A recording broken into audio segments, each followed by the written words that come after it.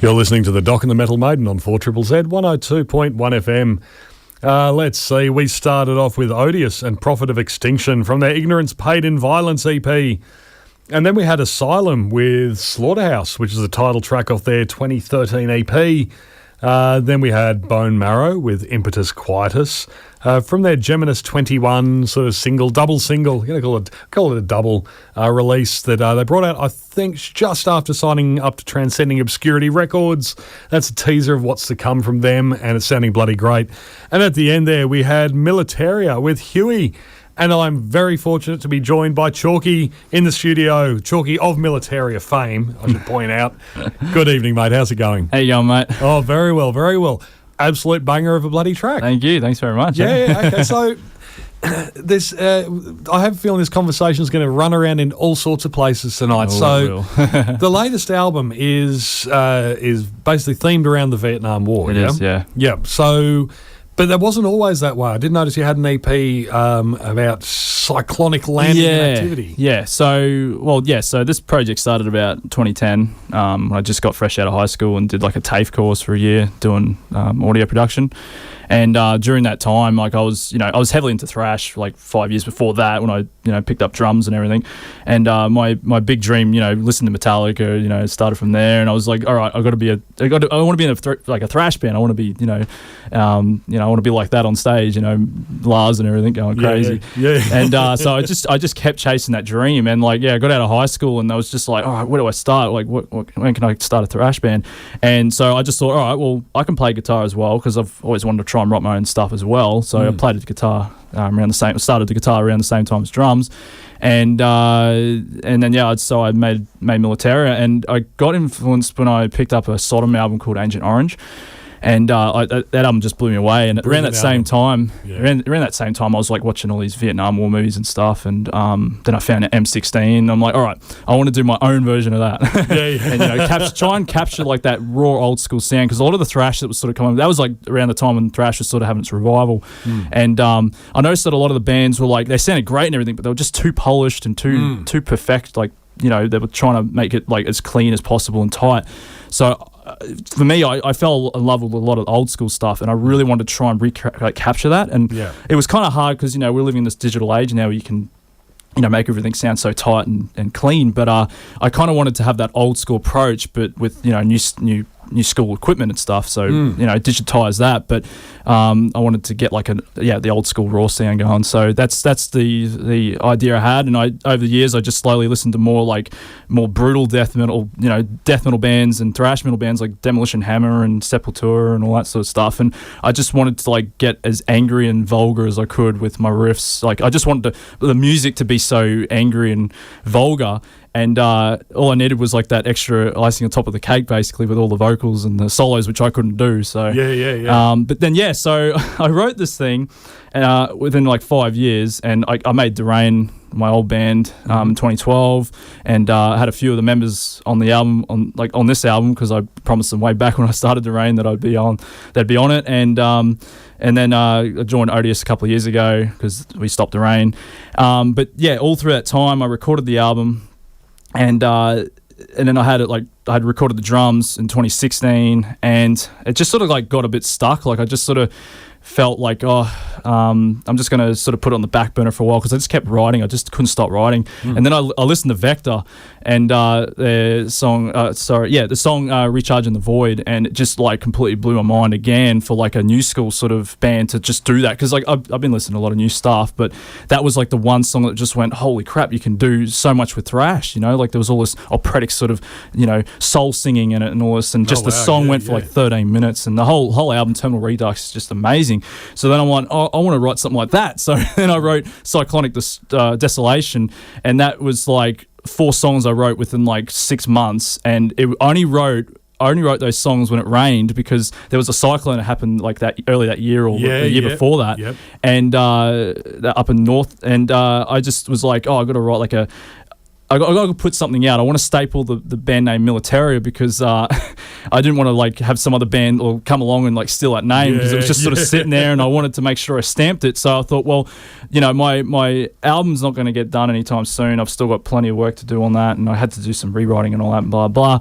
But I thought, all right, I'll put an EP out just to get a good start on it, and I did like 4 instrumental tracks to just sort of, you know, get a good start on and get that name finally stamped. So yeah, nice, yeah. But it's funny because that EP is like newer than this album that's just come out. So you know, so yeah, like if you want a bit of an idea of where my next album will go, which won't take 10 years this time, we're gonna hold you to it'll that. be like a mix of this album plus that, and yeah, probably a bit more fucking like faster and crazier. Hopefully, Yeah, so. cool. Pushing the envelope. Absolutely, that's bloody brilliant. Yeah. So, when you're at high school, I mean, yeah, what were your formative influences? So, I mean, did you go all through high school going, yep, you're a thrash man? Or okay. So, yeah, definitely. Like straight away, it was like Metallica's one. Like my dad used to play a lot of VHS tapes, like Cool, Rage, like tapes and that. And he used to tape all the time, and he was growing up and blah blah. And he just played them back all the time. And I just watched Metallica's one, and I just instantly went, what the hell, this is awesome. That just blew the gates open for metal and being a drummer and guitar and all that. And that was a fantastic song, a brilliant clip. Like and just like being like 12 at the time, you're just like, what is this? Like nothing. I was like listening to, you know, punk and stuff before that. Like I was still brought up on good stuff, but then that was just like the gates just opened, and from there I just, and all through high school I was like this mad Metallica fan. I just couldn't stop talking about them. With like Death Magnetic came out when I was like in the middle of high school, so I got like the coffin box thing, and you know, cool. Just went nuts with it. And when I got out of high school, I found Slayer, and then just didn't stop from there. I just kept going and going and going. So, but I still love my thrash, and I love death metal and punk. Yeah, so I just put those three together, and it's just everything that's fast, groovy, you know, heavy. Yeah, fantastic. So these songs, like you said, you wrote, started writing 10 years ago or so.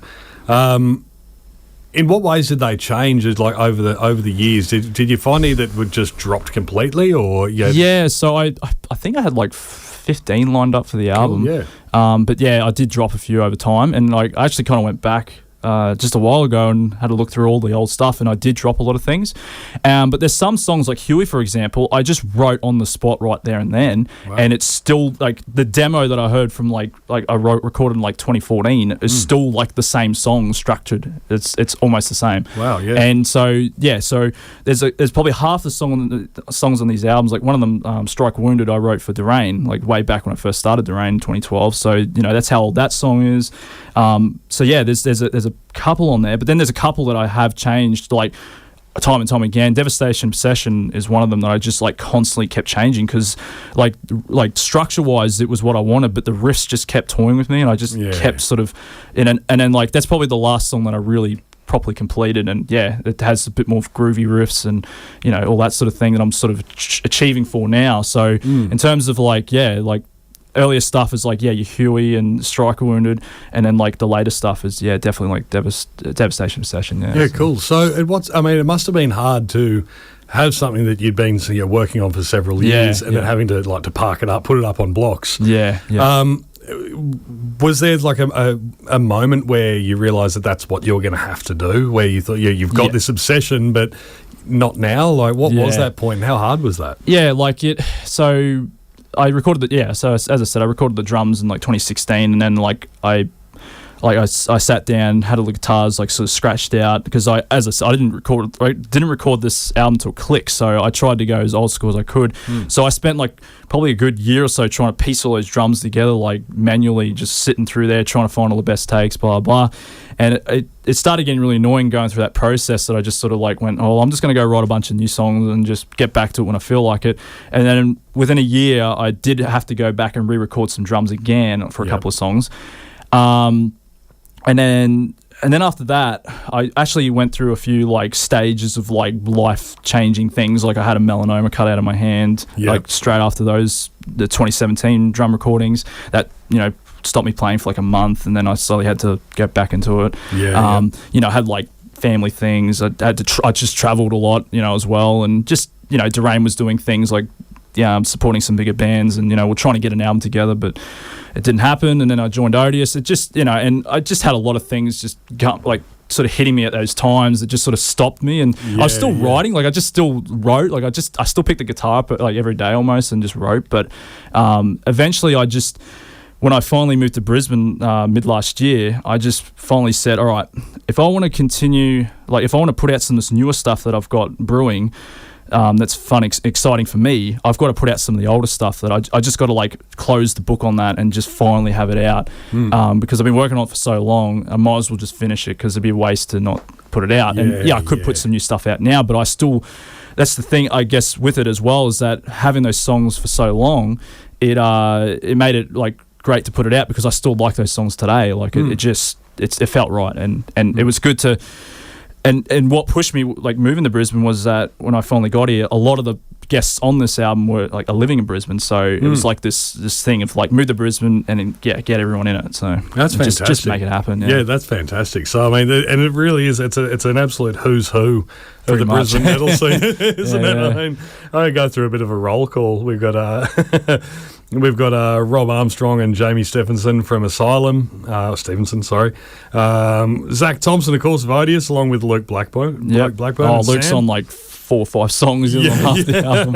Yeah, Sam does a solo, and it's probably the longest song, like solo on the whole album. Actually, he bloody killed it. So. Well, you got to give it to your bandmate, don't you? That's it. That's it.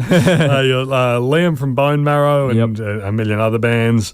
Taylor Burnett of Pestilence, Pedro from Puncture Wound, Andy from Wartooth, of course. It wouldn't be a thrash album in Brisbane if he ever didn't have. Yeah, he came in the studio ready to go, and he just belted it, and I couldn't believe it. I was sitting there. He went through like this rough take, and I was like, "That's the take, man." And he's like, "No, we'll go back over it and do more." And I'm like, I'm pretty happy with that. Like, like you just killed it. It was fucking amazing. So. Oh no, it's fantastic. Jimmy from Mason, Sam from Seraphic, guys from Derain, Death Grip, and Mush. Mush. So this is something you'd wanted to do. How hard was it to get all those people sort of free and available and there at the time? I mean, leading like obviously when I went to when I put the foot down and I moved to Brisbane and said, all right, I'm doing it, I just locked everyone in for like dates that were free, and we just did it over time. And it was kind of good too, because thanks to the Odious guys, I could use our jam shed to like record everything, because we have like a bit of a studio set up in there, and like we practice in there and all that and blah blah. And it's just this like shed in their backyard basically, because the three of them live together, and I obviously live outside. But so it was like a little bit of a spot where I can like, all right, come to the shed and we'll just do it. And it was most of it was recorded in there. And it took like probably 3 or 4 months to finally make it all happen. But in terms of getting people on it, I just slowly asked people over the years. A lot of them I knew from like way back when when I made Derain and we started gigging, I met a lot of the people like Andy and all them, and I asked them like within like weeks of like knowing them, I just said, I'm doing this like thrash album and I want like people to be on it because I can't sing or do solos, so can you like come in and fill in the gaps, and they were all like keen, and Rob was really keen to do solos on it, that I said, all right, you're that keen, I'll give you 2 slots, because he was just begging to be on it. But like I had Mush. Mush was the original singer for Derain, and I promised him way back when to be on it, and my old guitarist Steve from Derain as well, and he's on the instrumental track, and then over the years I slowly saw bands live, and I saw like Seraphic live at like Ye Gods or something, and like Sam's voice was just amazing, and I'm like, I've got to have that somewhere on my album, she's on the instrumental track, and it's just bloody amazing. But like everyone was just sort of like I know Jimmy from Mason really well because I went to Canada with them to like film their tour there, and I just go way back with those guys, and I'll definitely get him in for vocals on the next album because he's got some really cool vocals too. So, but so I wanted this first album to sort of be mainly just Brisbane. And then I'm thinking the next album will probably branch out to Australia, and then who knows, by the third album I'll be the world. So, oh no, that's fantastic. So, keeping those promises you'd made to people, did you have anyone sort of get in touch saying, hey, do you remember when you promised me? Yeah, I've had a couple that have like gone, because like some of them I did have in mind. Like I had Tim from Caustic Attack, he's in Idle Ruin now. I had him lined up for vocals for a song, but he had to pull out because he was having some personal problems and whatnot. And Dan, my old singer from Derain as well, Dan Vine, he was lined up for a song, but he when Derain finished, he sort of went into a bit of a space for his own like sake for a little couple of years. You know, he's a little depressed and now, but he's come back now raw as ever, and he's like now on his knees begging to me like, oh, I want to be on the next album. I'm like, you're definitely on it, man. Like I've even made a little thing at the bottom of one of the pages in the booklet of the album that says the names of the people who were supposed to be on it and they didn't, and it's cool, like the door is always open. So nice. But yeah, I have had a couple people that are like, oh, am I going to be on the next album? You know, like, and it's like yes, you know, and I keep getting swamped with people that want to be on it. It's like there's a backlog of people, so I'm never going to run out of people to be on it. But it's just a matter of like, do you remember we were drunk in 2015? No, I don't remember. Like, it's like I've had to start like putting a list down of all the people I've got to be on there, and I'm going to make sure that my next album has like 12 songs on it, so I've like got enough for people to be on it, you know, and fill it out. Hit list. Yeah, pretty much. But yeah, I try and stick to promises, and I'll probably even have a couple people from this album back on the next one. No, that's fantastic. So it's very. I like it. It's very for a one man band. You're incredibly open and collaborative. Yeah. That's the other thing too, because like with this band, like this first album was sort of like, all right, I just want to write like the most like just straight up thrash album, but like I find that the next couple of albums, especially like the second album that I write, is like much more this first album, but like even more like visceral and faster, and because obviously my skills on the drums and guitar is like bettered over the years. And so I just want to go even harder. But then by the third album, I kind of want to like dive into like a bit of like a operatic sort of like theatrical Broadway sort of thrash album that's going to like go into like all these different areas that have never really been explored in thrash before.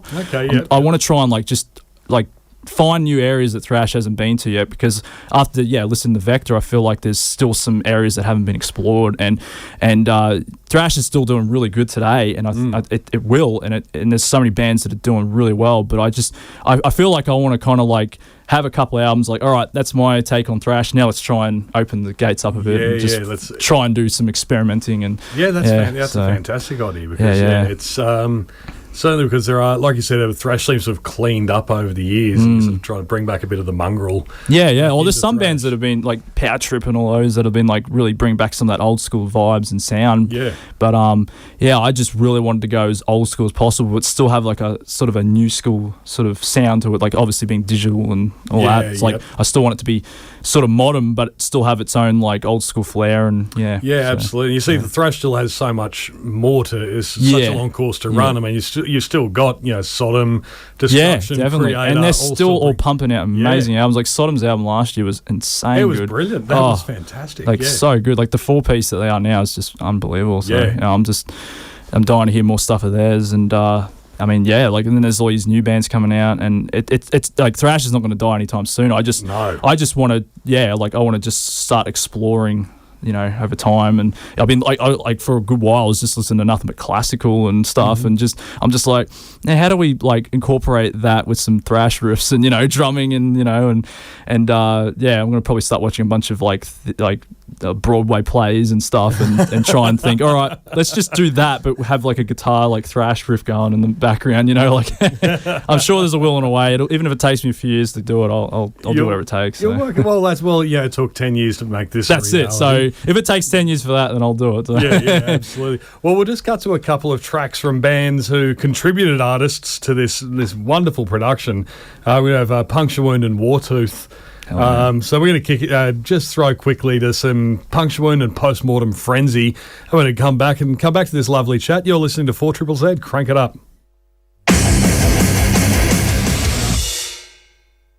You're listening to the Doc and the Metal Maiden with added Chalky. On 4ZZZ 102.1 FM, we just heard Puncture Wound with Postmortem Frenzy from last year's album Complete Carnage of Coagulating Cacophonous Corpses, followed by Wartooth with As Darkness Comes. It's got a lyric video that's bloody great, so you got to check out the lyric video for that song, okay? That's your homework for this week, kids. From last year's album Program Dichotomy, back with Chalky in the studio. So... around the themes of this album, like you said, it's all like you were inspired by the Sodom album, Agent Orange. Yep. Brilliant album, by the way. Yeah, if definitely. You're going to be inspired by something, it might as well be. Yep, it's just straight in your face and just so good. I love that album. Yeah.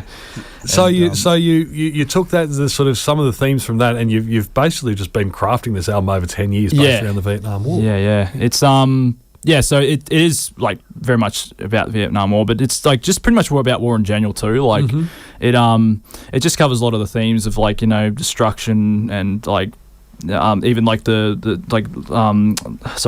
Andy's song sort of deep like goes into the mind of like someone who's like, you know, forced to basically kill, and like, you know, they get like it's either like you're scared of like, at first you're scared of like killing people, but then when you start doing it, you get a bit of like an obsession with it. Like you start having to, you're either forcing yourself to do it, or like there's some people out there that are probably crazy and thrive on like killing and, you know, get a bit of a kick out of it. So it's sort of that. And then there's like Huey, which is like the helicopters used in Vietnam, and yeah, so it just sort of just taps in on like so much war stuff basically, because I got heavily influenced by that album and M16 and just like Slayer's like war stuff and everything.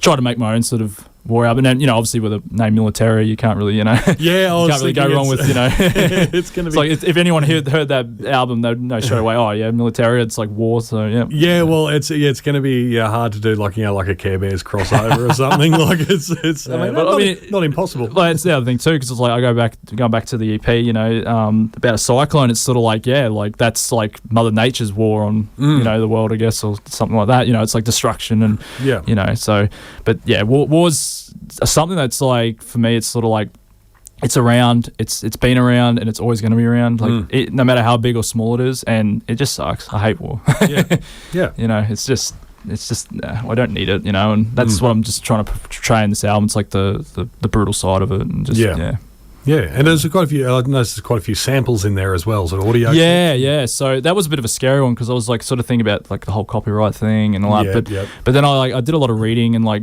I went on Reddit and stuff and just asked, and they were like, look, it's pretty much like, you know, it's just war chatter. Like it's like who owns that, you know? Like, you know. And I figured, well, I mean, if someone's going to sue me, then whatever. Like I'm just trying to put a message out there, and I'm just using this. There's a good chance that artist is dead. Yeah, maybe. You know, like you know, this is you know, samples from like the Vietnam War, so it's like 50 plus years old. So I mean.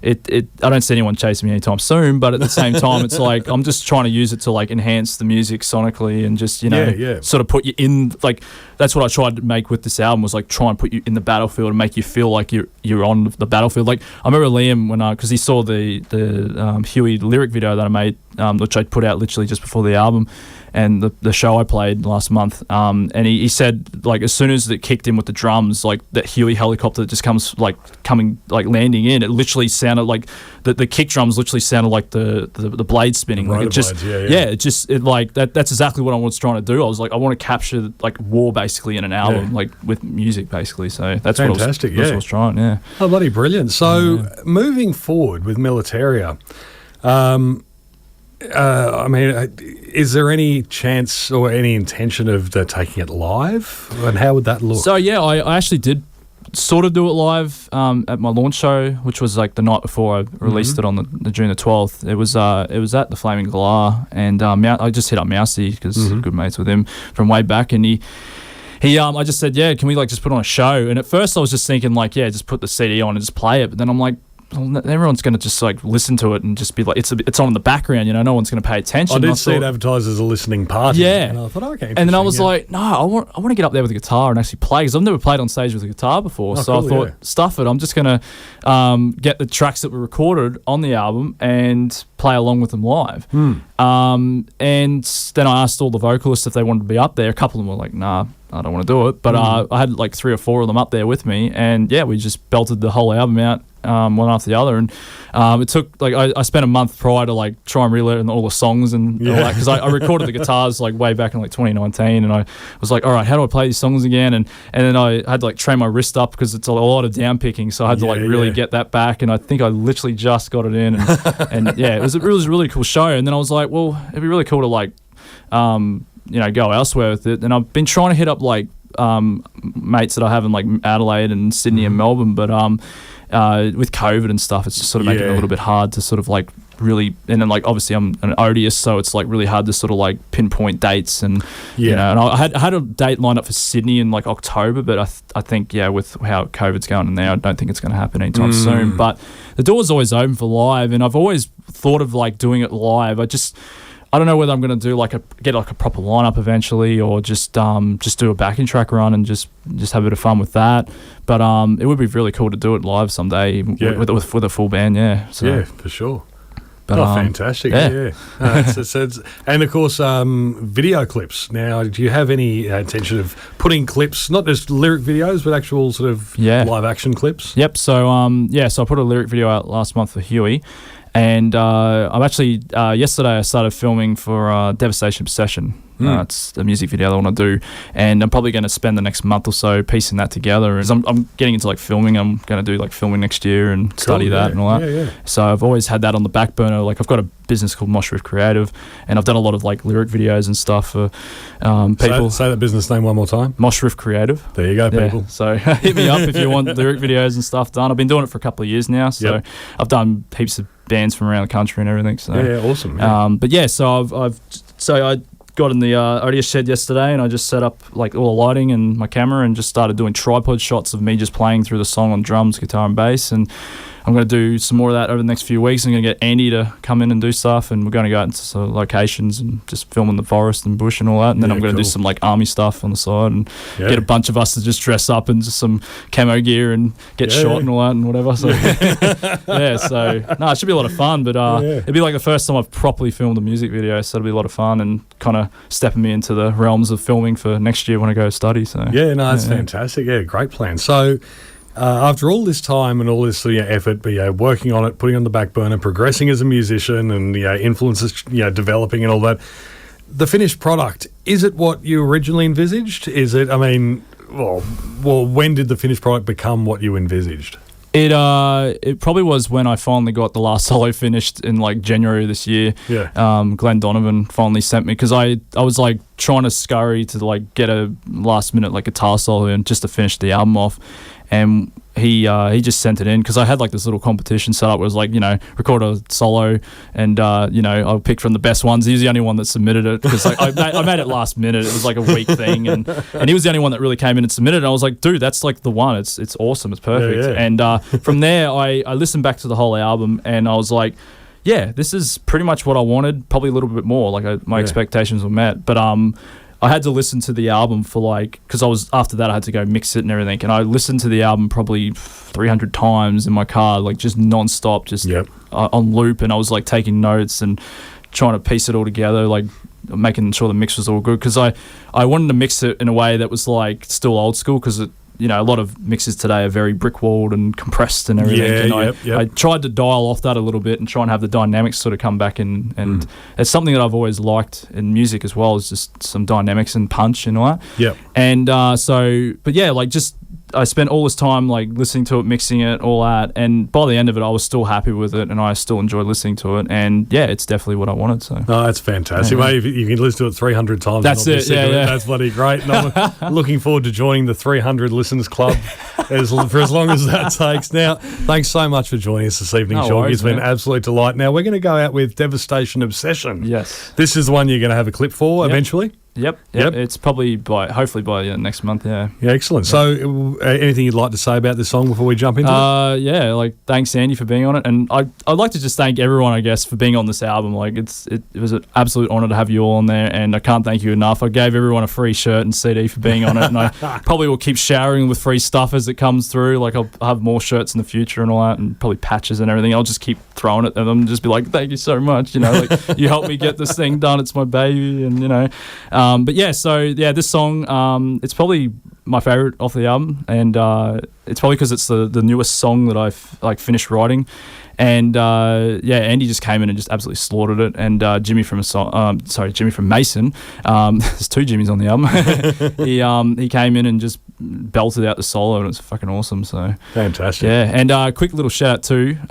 Odious is playing with King Parrot next month. Hey, so get down to that. Make sure you get there, because I got to shout out for my Odious boys and thank them for cause they really helped with providing me the shed to record this in, and so I just had to do my little shout out for there, and we're really excited to play with King Parrot. Thanks, Odious guys, for doing that. You're absolute bloody legends. Oh, Chalky, bloody brilliant. We are going to go into Militaria with Devastation Obsession. You're listening to 4ZZZ. Crank it up. Hell yeah.